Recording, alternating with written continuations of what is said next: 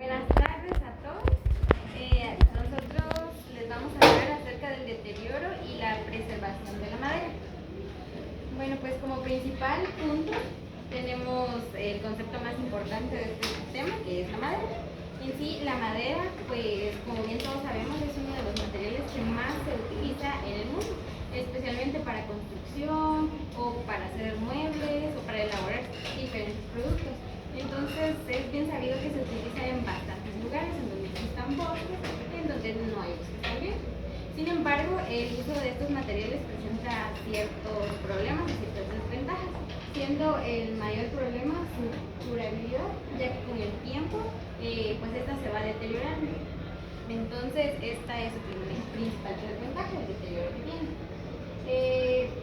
Antiguamente sí existían maderas con una durabilidad mayor, sin embargo actualmente la proporción de estas ha disminuido.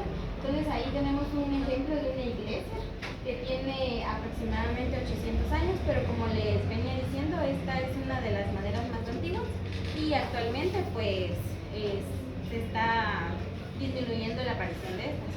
Entonces por eso tenemos este punto, que es la pérdida de las maderas duraderas. Como les venía diciendo, se preferían maderas más resistentes, pero actualmente están escasas debido a diversos problemas. Entre estos tenemos estos cuatro principales, que el primero es de que existe demasiada deforestación, por lo tanto el recurso o pues los recursos de los árboles que eran como que más importantes se disminuyen. También de que no se han replantado árboles suficientes, o sea que no se ha hecho la reforestación suficiente en comparación al recurso forestal que es utilizado. También de que se han usado malas técnicas del manejo de bosques. Y también la presión social y la presión política que está ejercida actualmente sobre los bosques. Por tales motivos, actualmente se utilizan maderas de especies secundarias, las cuales duran menos naturalmente y por ende necesitan ciertos procesos de conservación. Bueno, entonces, ¿cómo se soluciona el problema de la durabilidad? Existen varias situaciones que podemos emplear, pero para aprovechar mejor las maderas de poca duración se aplican procesos de conservación, y entre estos procesos podemos encontrar tres divisiones, que sería el primero, que es el secado, en donde se realiza un proceso en donde no se utilizan químicos. También tenemos el proceso de preservación, que en este proceso sí ya se utilizan más químicos y métodos ecológicos que pueden ser nuevos o antiguos. Entonces se combinan ciertos métodos para preservarlo. Y también el estudio de la microbiología, que se realiza para entender cómo es que funcionan los microorganismos y cómo pueden afectar a la madera. Y de esta forma, conociendo cómo es que estos funcionan, se puede controlar mucho mejor el deterioro. También tenemos un punto muy importante, que es que la conservación se puede realizar en tres diferentes momentos de la cosa. El primero sería antes de utilizar la madera, que es para proteger más que todo trozos recién cortados, o mientras está pues recién cortada, como les he dicho. También mientras está en uso, que es madera que ya, pues como el título lo dice, que es madera que ya se está usando. Y finalmente, para eliminar madera que esté deteriorada y evitar riesgos, como por ejemplo ciertas partes de la madera que se están deteriorando. Entonces, para no perder la cantidad total, se eliminan el porcentaje de madera deteriorada. Un punto importante a tomar en cuenta es de que muchas personas creen que cuidar la madera resulta muy costoso, pero en realidad este proceso llega a ahorrar dinero porque dura más y mejora su calidad física y mecánica, ya que de esta forma puede llegar a competir con materiales como el concreto y el acero, siempre y cuando se esté realizando un proceso adecuado de conservación. Entonces, ¿qué es la madera realmente? En sí, la madera es la parte que está interna al tronco y las ramas de un árbol. Entonces, esta está conformada de afuera hacia adentro por la corteza, que es la que protege al árbol mientras está vivo, y se compone de corteza externa y corteza interna. Después sigue el cambio, que es el cambio entre la corteza y la albura. De ahí sigue la albura, que es la parte más externa y es menos resistente. ¿Por qué? Porque esta parte sufre de mayor degradación por agentes pues, biológicos y se puede tratar con agentes químicos. De ahí sigue la parte del duramen, que es la parte más resistente de la madera, y esta, pues como su nombre lo dice, resiste también el ataque de agentes biológicos, de insectos y de esas cosas. Sin embargo, es menos permeable, por lo que entonces, digamos, siguiendo una secuencia, la corteza es la parte que es más afectada por los agentes biológicos, como pueden ser insectos, que más que todo por coleópteros, quienes dejan pues galerías en la misma y ahí depositan sus huevos. Seguidamente está la albura, que como les decía, no es tan, es ciertamente propensa al ataque, sin embargo, un poquito menos que la corteza. Y el duramen, que es menos, más difícil de tratar también, porque es menos permeable a los líquidos. Entonces, en relación a esto, la albura sí se puede tratar fácilmente con químicos y la corteza normalmente no se trata, pero en ciertos casos sí puede haber ayuda para tratamiento. Ahora vamos a hablar de la estructura microscópica de la madera. Principalmente, pues cada célula contiene una pared celular y un espacio interno que es denominado lumen. Entonces las paredes celulares se conforman por capas de celulosa y están unidas por una sustancia llamada lignina. Entonces, pues la densidad de la madera puede depender del grosor de estas paredes celulares. Por lo tanto, entonces a mayor densidad en general, pues hay mayor dureza y mayor resistencia. Si son más ensanchadas las paredes celulares, pues existe mayor densidad. Sin embargo, la densidad no controla lo que es la durabilidad natural y la facilidad que se tiene para tratar la madera.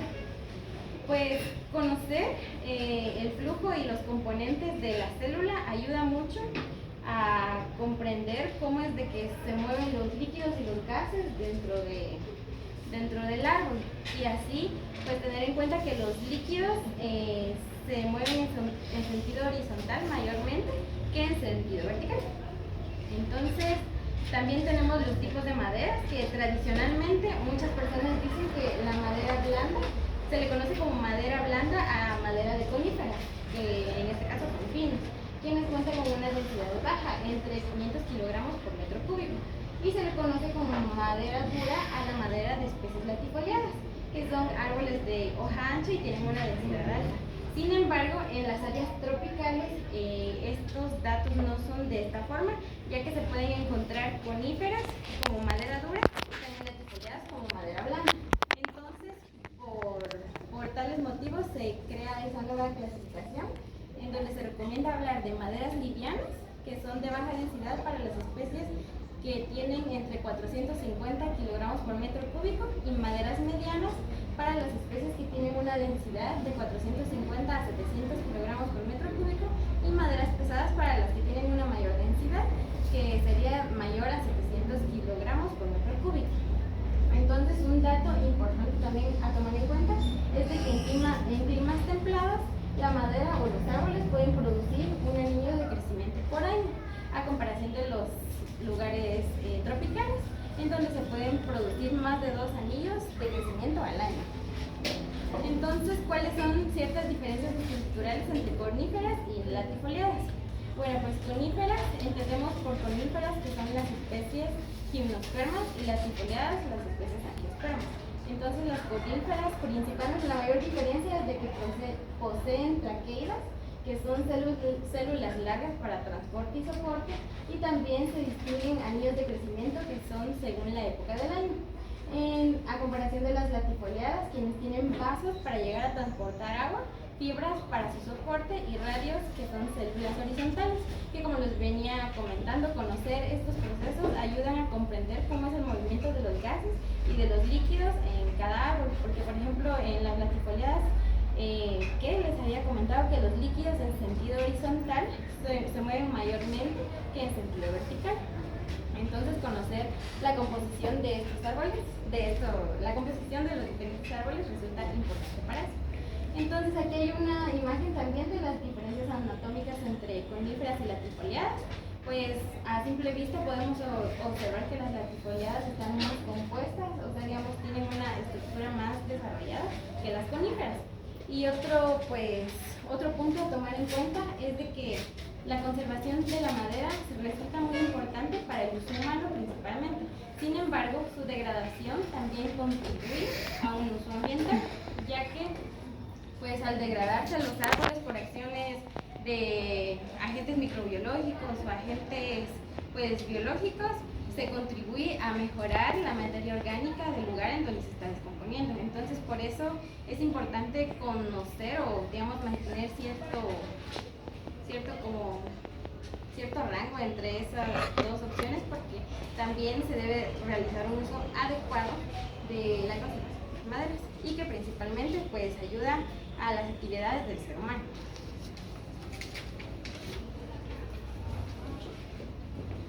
Ahora les voy a hablar sobre agentes destructores de la madera. Es esencial para efectos de conservación de la madera poder conocer el periodo o el tiempo en que estos se presentan, ya que se pueden dar en cuestión de horas, de meses, hasta días. El reconocimiento de los síntomas de un ataque temprano resulta en la toma de medidas profilácticas. La toma de medidas profilácticas se basa en aquellas medidas que sirven para retrasar el deterioro, en este caso, de la madera. Algunas de estas medidas pueden ser la aplicación de químicos como fungicidas e insecticidas, el secado bajo horno de la madera y la no exposición a la luz solar y a la alta humedad relativa en la madera. Aparentemente estas medidas profilácticas resultan en un gasto adicional, pero en realidad debe considerarse una buena inversión para poder evitar males mayores, cuando ya no es posible mantener la calidad en la madera. Esto es particularmente importante en las maderas que son objeto del moho azul causado por opiostoma y por los insectos que deterioran de manera muy rápida la madera, mucho más en la fase temprana. Las maderas recién aserradas con alta humedad relativa son susceptibles al ataque de insectos que depositan sus huevos en las hendiduras de la corteza. Sin embargo, la fase más dañina de los insectos es la fase larval, ya que estas ocasionan agujeros en la madera. Un ejemplo claro de lo que es esto es de que la polinización puede ser rápida en algunas maderas, como es en el caso del pino caribe. Se dice que en el pino caribe las hifas del moho azul tienen un rápido crecimiento, ya que por día crecen hasta 2 centímetros. De igual manera tenemos el ataque de bacterias por decoloración, que básicamente se da por el secado lento de la madera. Y aquí tenemos la tabla que presenta el periodo en el cual se observa el ataque de agentes destructores de la madera de origen biológico. En la primera columna aparece el tipo de madera y en la primera fila aparecen los organismos destructores de la madera. Como podemos ver, en la madera en rolas recién cortadas, los insectos de madera fresca se presentan en horas, los de madera seca no hay ataque, en la mancha azul en horas, la pudrición se presenta en semanas y las termitas en días en contacto con el suelo y semanas en madera seca. En la madera recién aserrada, que es recién cortada, los insectos de madera fresca solo se presentan si hay corteza, en las de madera seca no hay ataque, en las de mancha azul en horas, en la pudrición semanas y en las termitas de igual manera en días en contacto con el suelo y semanas en madera seca. La de madera en servicio almacenada seca, los insectos de madera fresca no hay ataque, los de madera seca de semanas a meses, la mancha azul no hay ataque, la pudrición no hay ataque y las termitas se presentan de semanas a meses según las condiciones locales. Y las maderas en servicios que se encuentran en condiciones húmedas, los de madera seca no hay ataque, los de madera seca de semanas a meses, los de mancha azul en semanas, la pudrición de meses a años y las termitas de semanas a meses según las condiciones locales. Y por último, la madera en servicio en contacto con el suelo, los de madera fresca no hay ataque, madera seca raramente es atacada, la mancha azul no es relevante, la pudrición de semanas a meses y las termitas en días.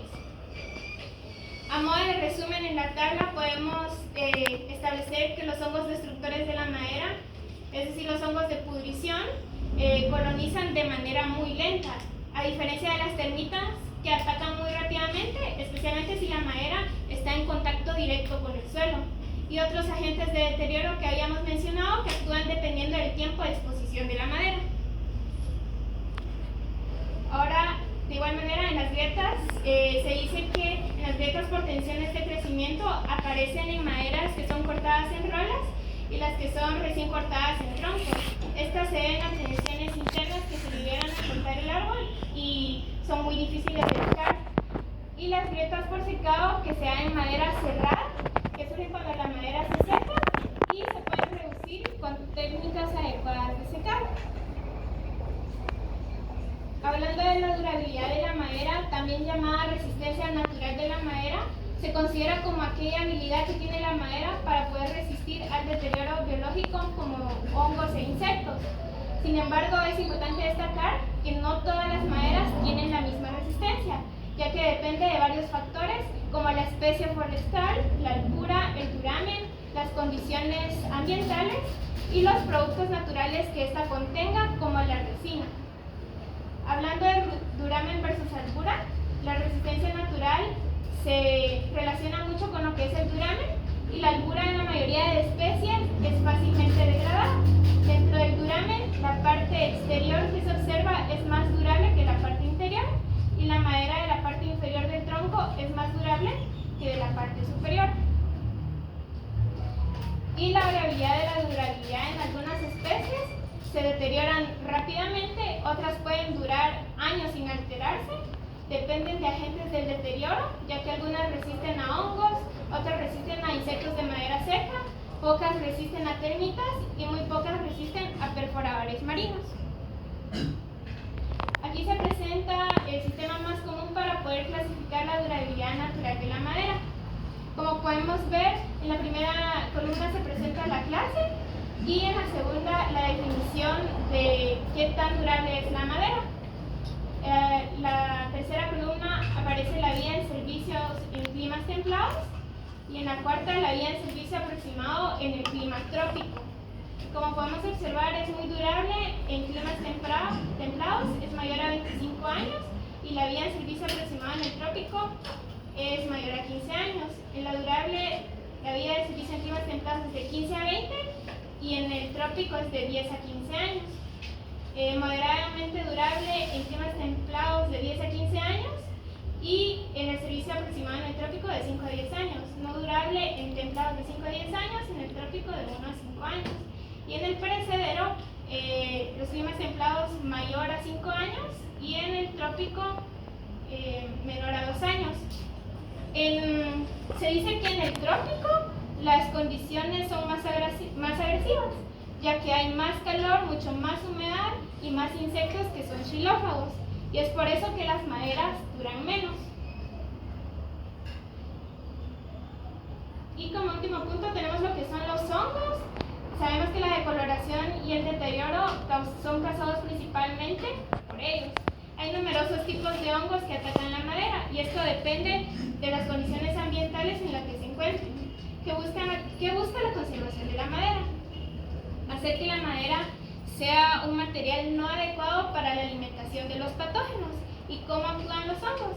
Los hongos utilizan la madera como su principal fuente de alimento y se originan a partir de esporas. Crecen y producen cuerpos fructíferos denominados carpoforos. ¿Y cómo atacan los hongos a la madera?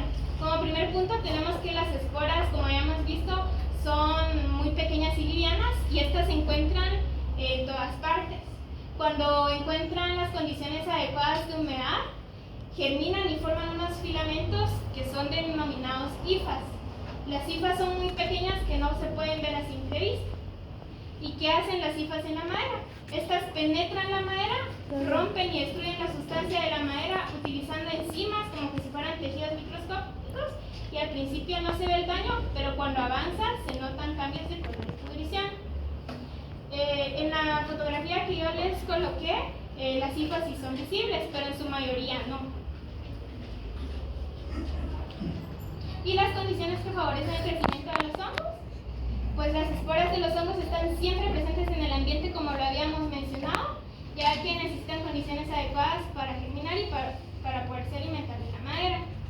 Y como lo mencionamos también, la humedad adecuada para que estos se presenten en la madera es de un 40% a un 80% de humedad, y para poder evitar su ataque debe encontrarse por debajo del 25%.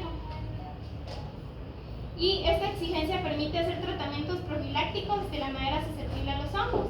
Sin embargo, debe cuidarse controlar la proliferación de bacterias que se desarrollan bajo tales condiciones. Y ahí se presenta un ejemplo de un riego por aspersión en rolas de pino caribe, en donde se evita el ataque de hongos.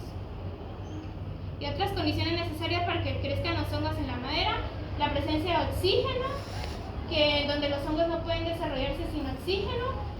Como el aire casi siempre está presente, esto facilita su crecimiento. Y la temperatura adecuada, que los hongos pueden crecer en una amplia gama de temperaturas, desde bajo cero hasta 40 a 50 grados centígrados. Y si sube mucho la temperatura, es decir, se encuentran en 55 grados centígrados, las enzimas se destruyen y el hongo va a dejar de crecer.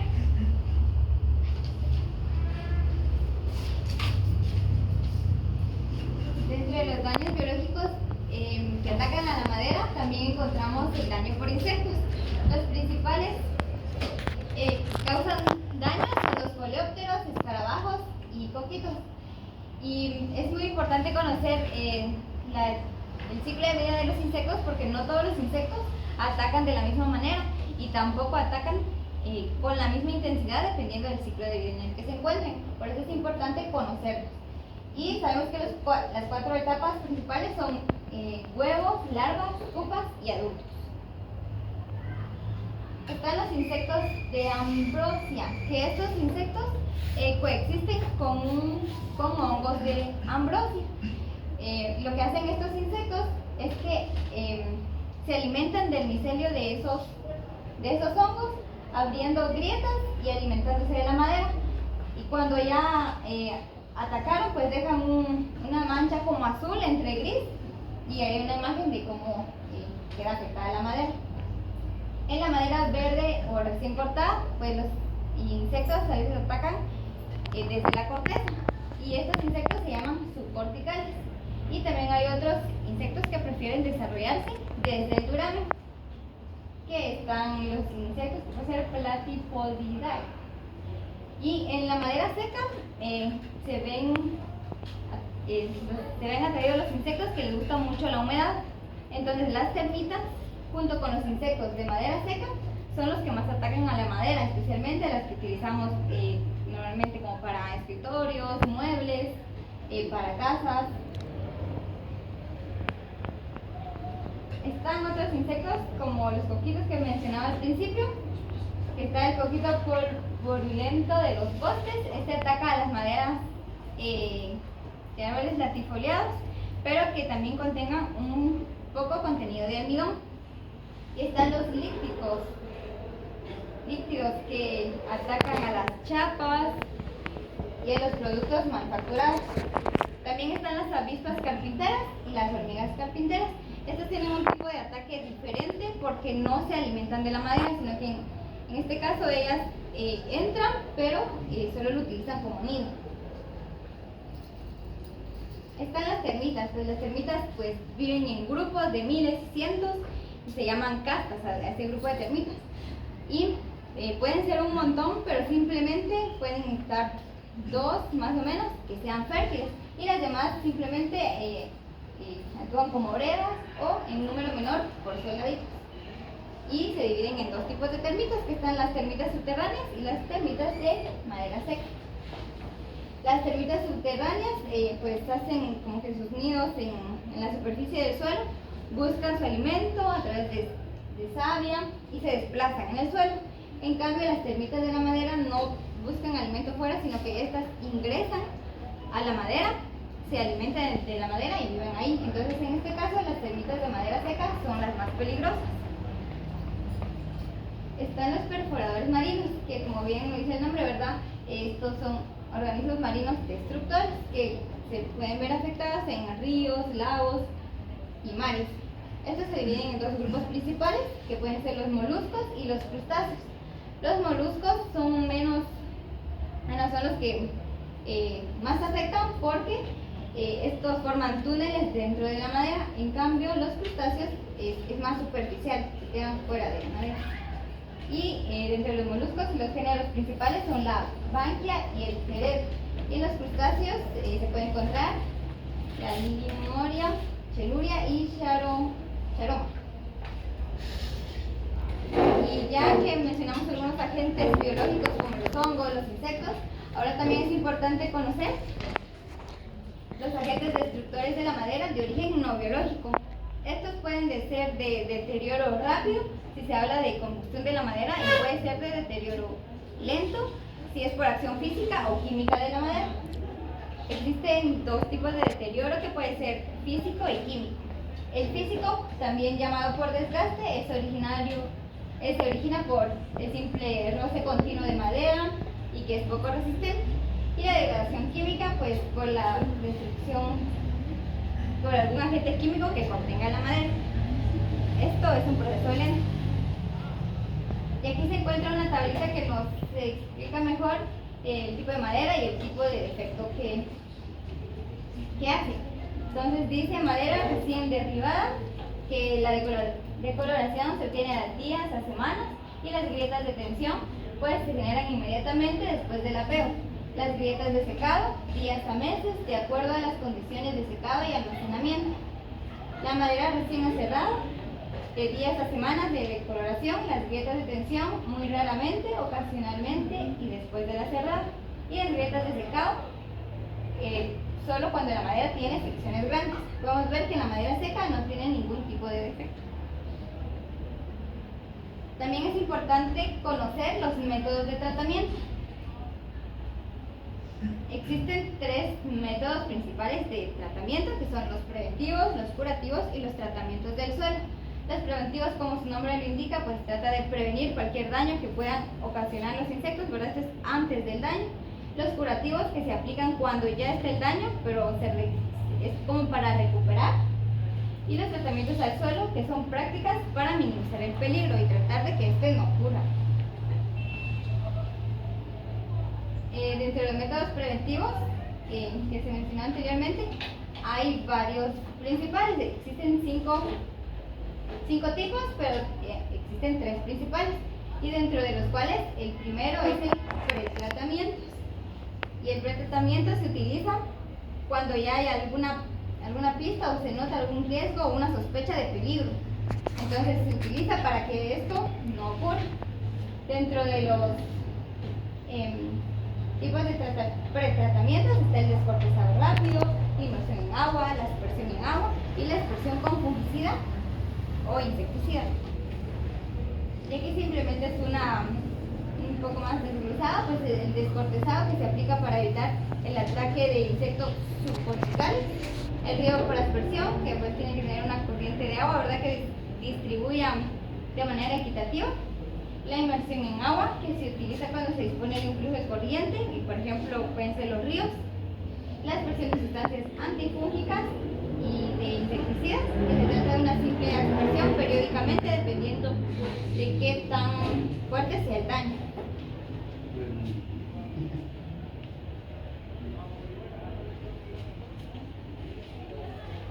También es importante conocer los procesos sin presión o procesos caseros para la conservación de la madera.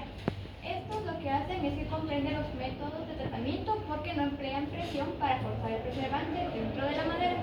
Algunos de estos métodos son, estos son los más importantes, como por ejemplo el pincelado, la inmersión rápida o momentánea, el proceso de difusión simple, el proceso de doble difusión. Todos estos procesos comprenden fenómenos de difusión que están incluidos en este grupo. El pincelado, esta es una técnica que requiere una mínima inversión y puede ser realizada con preservantes solubles, también monosolubles de base especial. El proceso permite que su aplicación sea en el mismo sitio.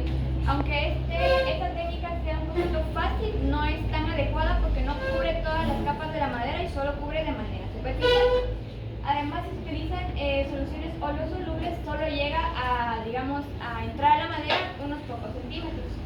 También está la inmersión rápida, donde se introduce la pieza que se necesita preservar a la solución durante un tiempo muy corto, donde que puede ser de minutos a segundos, y es algo más efectivo que la técnica anterior, que era la técnica de pincelado. Aquí lo que se hace es que cuando la madera tiene un contenido de humedad, como por ejemplo el 30%, sumergirlo durante 3 a 4 segundos es de una manera adecuada. Porque lo que hace esto que sí protege bastante bien y prolonga más el tiempo de vida de la madera. El proceso de difusión simple es un movimiento espontáneo de una sustancia a través de una determinada materia, de una zona potencial químico elevado hacia una zona potencial químico muy bajo. En la mayoría de los casos es la simple diferencia de concentración. En este ejemplo, una pieza de madera que está saturada de agua se introduce en algún recipiente con una solución preservante, que normalmente lo que hace es que recibe una migración de sal y es más concentrada que el agua. Los compuestos que se utilizan en esta técnica son el bórax y el ácido bórico, debido a que son más baratos y no generan costos muy altos. Y el proceso de doble difusión, que es utilizado para garantizar que la sal preservante se quede fija en la madera, para que se recurra a un primer periodo de difusión con una sal. Este método prolonga la vida de la madera más de 10 años, incluso se ha visto donde ha tenido como 20 o más años de utilización. Acción de los fungicidas e insecticidas. Para controlar el ataque de los insectos patógenos es necesario conocer el mecanismo de ataque de estos insecticidas. El propósito es mostrar cuáles son estos mecanismos de acción. Formas de acción de los fungicidas. Los fungicidas pueden actuar a través de dos mecanismos que son básicos: los inhibidores de respiración y los inhibidores de las reacciones biosintéticas en las células fúngicas. Tenemos primero los inhibidores de respiración. Muchos fungicidas son utilizados en la preservación de la madera porque estos interfieren con la respiración, inhibiendo la formación de coenzima acetil, o también interrumpen la fosforilación de la cadena respiratoria. Aquí tenemos una estructura, la cual es hidroxiquinolina con sus complejos de iones de cobre, los cuales trabajan en conjunto para atacar a los insectos y que no sigan destruyendo la madera. También están los inhibidores de biosíntesis en las células fúngicas. Los hongos, como por ejemplo los doctromicetes, comicetes o acidomicetes, tienen quitina en la pared celular. Y entonces es un polímero estructural que es compuesto de acetilglucosamina. Otras sustancias actúan como inhibidoras de la división celular de los hongos. También lo que se hace es que tienen una membrana plasmática que recubre al citoplasma. En el interior de las células tienen lugar de numerosas reacciones químicas. Los derivados del penicilinazoles son un grupo importante de los fungicidas que son usados en la agricultura e incluyen el benomil, iofanamidilo y el carbendazim, que es el más conocido. Y aquí tenemos la estructura química del benomil, metiltiofanato y el carbendazim, que también trabajan en conjunto para combatir el ataque de los insecticidas. Efectos inhibitorios no específicos. Muchos pesticidas, incluyendo algunos que se usan en la madera como preservación, aparecen y pueden exhibir modos específicos de acción a nivel celular. Algunos lo que hacen es que reaccionan de forma indiscriminada y pueden inhibir varios procesos enzimáticos al mismo tiempo. Uno de los más importantes son el fluoruro de sodio, que se une a los metales que contienen ciertas enzimas. Lo que hace esta es que bloquea la función, y otra forma común de acción son los grupos tiol. Estos están presentes en muchas proteínas y también coenzimas. Formas de acción de los insecticidas. Los insecticidas actúan de dos formas: sobre el sistema nervioso de los insectos y sobre la formación de la quitina. Sobre el sistema nervioso de los insectos se conocen los siguientes grupos principales de pesticidas para la madera y son formulados por la acción preservativa contra el ataque de insectos, como por ejemplo el acetil, organofosforado compuesto y los carbamatos. Aquí tenemos la acción de los insecticidas en la formación de quitina y el crecimiento de los hongos. Observaciones al microscopio de larvas han sido tratadas con difluventurón. Esto lo que hace es que muestran alteraciones en la deposición laminar de la cutícula. El grado de alteraciones puede ser diferente en distintas regiones del insecto. Con tratamiento de difluorocurón, las alteraciones disminuyen de una manera que ya es muy gradual y finalmente desaparecen, lo que indica que el efecto del difluorocurón es reversible. Aquí tenemos la inhibición de la respiración de los insectos.